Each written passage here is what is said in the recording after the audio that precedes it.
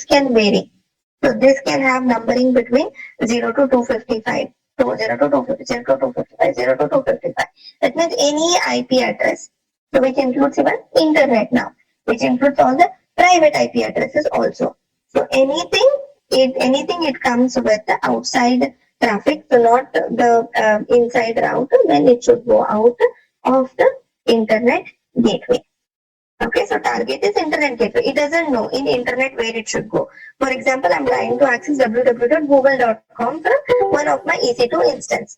So now the traffic, it will look towards a table, a routing table, okay, in its subnet. Whether am I allowed to contact www.com? Yes, because the destination is any destination, go to internet gateway. So what it will do? It will, yes, it doesn't know where www.google.com resides.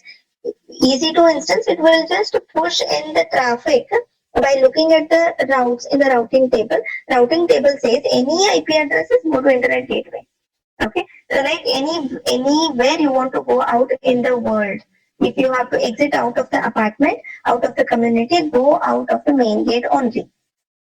Okay, so only that you would be knowing. After going out of the main gate only, you will take again all your routes. So if you have to go to airport, if you have to go to railway station, right, bus station, or you're driving the car, anything. Right, so same concept applies here. So through internet gateway, so it will put all the traffic to internet gateway and it will keep quiet. So now internet gateway will route the traffic to the outside world. Okay. So one subnet can have only one route table attached to it. One route table can be attached to multiple subnet. So again, as I said, one rules, a set of rules made, I will be applicable or I will hold good or I will follow only one set of rules. I will not follow, if there are 2 copies of rules, I will not follow both the copies. I will just follow one copy. So whatever in my home, so whatever my dad says, so I will follow all that rules. I will not follow what my friend's dad says. Okay, so my dad has written rule that, okay, so you have to eat dinner at 7 p.m. in the evening. Okay, wake up at 5 a.m. in the morning, then I will follow it.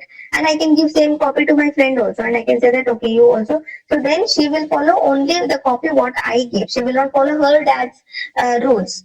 Okay, so it's like one set of rules, one subnet will follow at any given point of time.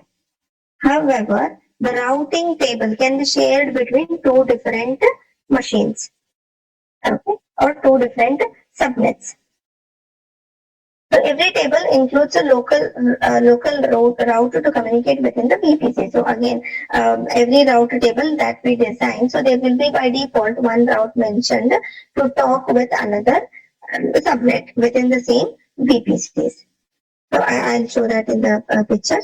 So route to point to internet gateway where network will flow to internet will be configured on the route table for public subnet. So as I said yesterday, so if there is a route mentioned, if the subnet will talk to internet, okay, so if the subnet will talk to internet or the machines present in that subnet will talk to internet, then the routing table for that subnet should have internet gateway mentioned. So now let me put everything in terms of a picture. Okay, so imagine I have one VPC. Okay, so this is Mumbai location. So this is Mumbai location and I have created a VPC. So this VPC is 10.0.0.0, okay, /16. Okay, /16 larger address space. So this is my VPC. So VPC is created at region level. Now within VPC, I will have to create subnets, something called as subnets. Okay, and like this 200 subnets I can create. Okay, so I will create 2 subnets. So this is subnet 1 and this is subnet 2. And I will make this as public subnet. And I will make this as private subnet. Okay. So now what does these subnets mean? So subnets are nothing but taking smaller address spaces from this larger chunk. Okay. So what I will do, I will assign an IP address of, okay. So I'll assign an IP address 10.1, okay, within this range. So 10.1, sorry, 10.0. So it is 16. The first two octaves should be fixed. So it has to be 10.0 in every IP address I choose. Dot. So these two bits can verify now. Can vary now. Okay, 16 means 16 should be once. That means first two bits only should be fixed. If it is 10.1, yes, it should be 10.1 everywhere. If it is 10.0, so 10.0 everywhere. 0.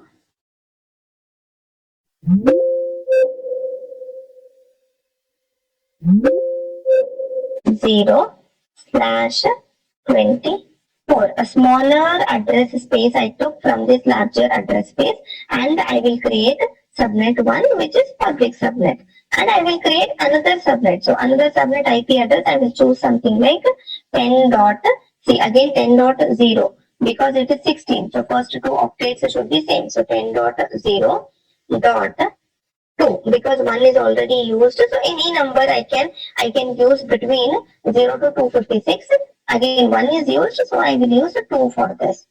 Okay, 2.0/24. So /24, which will give me address space of 256. Okay, so which means the first three bits should be fixed. All my machine which gets assigned with IP addresses, so for them in this subnet, for them these three bits will be fixed. So any machine which will get spinned up in my subnet 1, so these three octets will be fixed. Only last will keep on varying. So any random number can be used to frame an IP address. Now, clear till here? So at VPC, I created at region level, I created a larger address space. And within larger address space, I created two subnets and I gave them an IP address from the larger address space only, from this IP, from this VPC only. Okay. So now where have I created this? This is an availability zone. So AZ1, and this is an availability zone 2. Again, I need not worry about availability zones here, what I'll be choosing, because architect will be deciding this. So two different subnets, if they have to be in two different availability zone, because they will be building the network. They have all the network logic backend. Okay, so why is that they want two different subnets in two different availability zones? Okay, because maybe they are trying to create a backup solution. Okay, so where they want a few of their servers to be placed here, few of their servers to be placed here. So that is the reason they are choosing availability zone and availability zone 1 and zone 2. So Mumbai location, it is having AZ1, 3 availability zones. So I can choose any of these. So this is AZ2 and AZ3.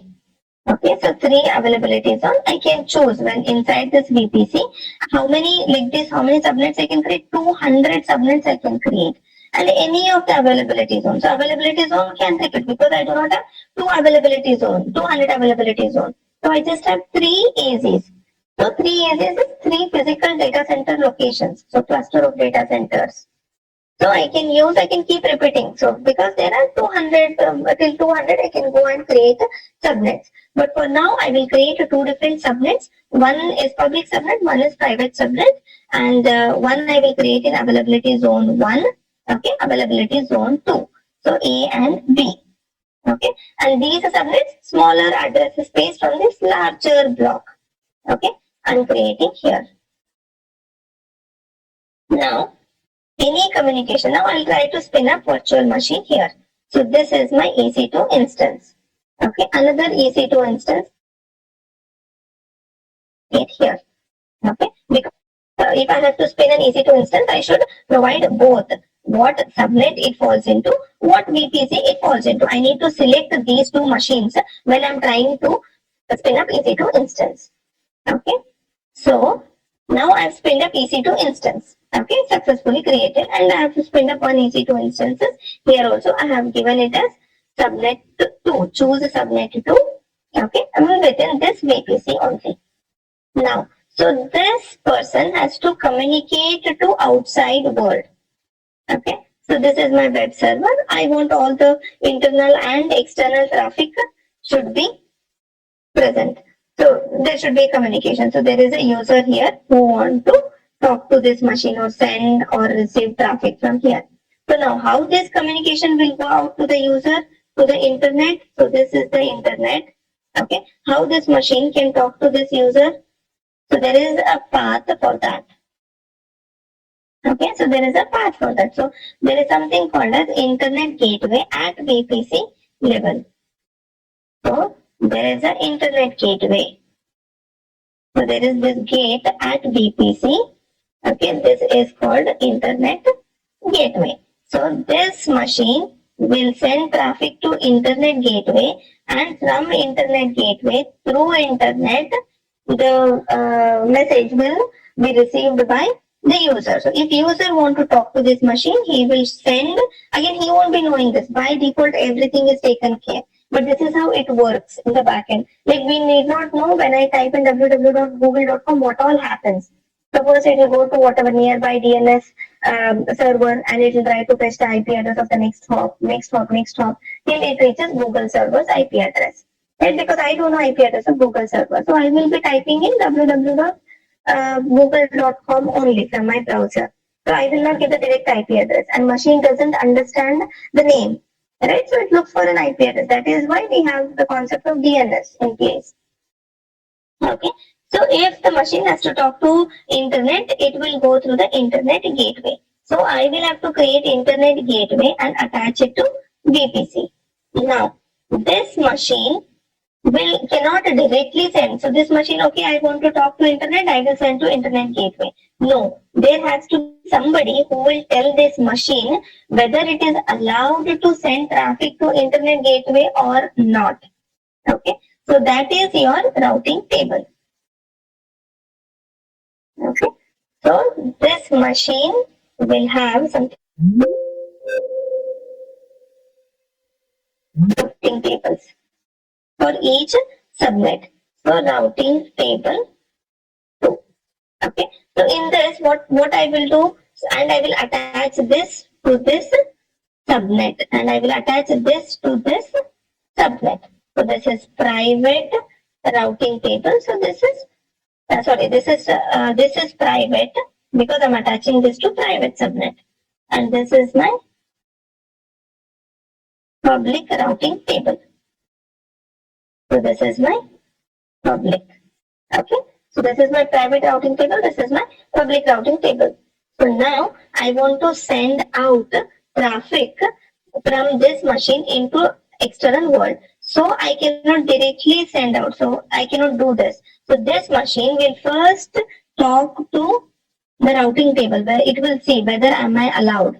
So here it is mentioned. So 0.0.0 go to internet gateway. And any internal communication. So for this range, okay, within this range, then talk internally. So 10.0.0/16, any IP address communication within this range, then talk locally. That route is mentioned. So how that is mentioned? Like this. So destination is this, internet gateway is this. So destination is something like 10.0.0.0/16. Then my target, so target will be, it will be written local. Okay, so I'll show this in the rule I add into routing table. Okay, it would be mentioned. So now where is this mentioned? All this is mentioned here in this routing table. Okay, so rule number 1, rule number 2, rule number 3, it would be mentioned here. So anytime this machine want to talk to internet or want to send the traffic outside its boundaries, okay, outside its boundaries, it could be another machine which is located in the same subnet, or it could be another machine which is located in different subnet, okay, or it could be a different VPC altogether. So now this guy doesn't know any of those things. It just knows it should refer to this routing table. Okay. So what it will do? So it will check. So whenever www.google.com is mentioned, is typed out from this machine, it will check its checklist whether am I allowed to send. Is there a route mentioned for this traffic? Then it sees that yes, there is a route. There is an internet gateway. So it will send the traffic. It will check the rules here, and from here it will try to send if there is a rule mentioned here, so there is an internet gateway, yes. So I can send it to internet gateway. Then we send to internet gateway. From internet gateway, the traffic is sent to the user. So security layer, and this is important to understand that at different layer, different security concepts come into picture. Okay, so we have routing table at subnet level to maintain security of your infrastructure. Okay, see here I have not mentioned internet gateway. I will just mention the local route 10.0.0.0/16, which is local. Okay, which is local. So all the internet traffic will be dropped. Nobody will be able to access my machine, or I will not be able to send any traffic outside this machine. Okay, so to maintain security, so if you get asked in your interview, how do you manage security on AWS? So then take that wonderful opportunity to impress the interviewer. Okay, so your answer should be like, well, so security is a divided responsibility between the AWS and the user.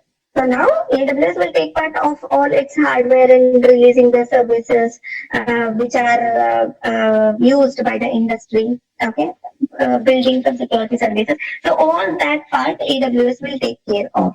And however, when it comes to me as a consumer of AWS, then security comes into picture at multiple levels. So one is talk about IAMs. So who will be having what kind of access? I can control that security by using IAMs. Okay, so that the user will not misuse the privileges he has got, and I will have less risk of being compromised. Okay, by controlling the permissions is one way I can provide security to my infrastructure. And the second layer where I can tighten security of my infrastructure is the security groups. Okay, at machine level also, at EC2 instance level, we have a security group attached. Okay, so we have the security group attached. So what port is open? What port is closed? RDP is RDP allowed? Is ping allowed for this machine? Right. So all those things I will be able to check from the security group, like a mini firewall that I create and attach it to EC2 instance. So at EC2 instance, the security group is a security layer.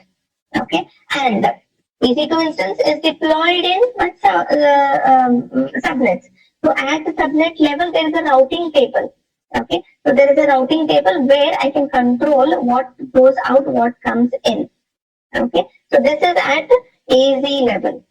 Okay, or security group level. Sorry, or at the subnet level. And at VPC level, there is another level of security. That's my internet gateway. Okay, so these things you have to explain. So one is a security group, another one is this is my routing table. Okay, routing table, this is my internet gateway. Okay, internet gateway and IAM. So this guy is IAM. So what he is able to access, what he is not able to access, setting some permissions and privileges.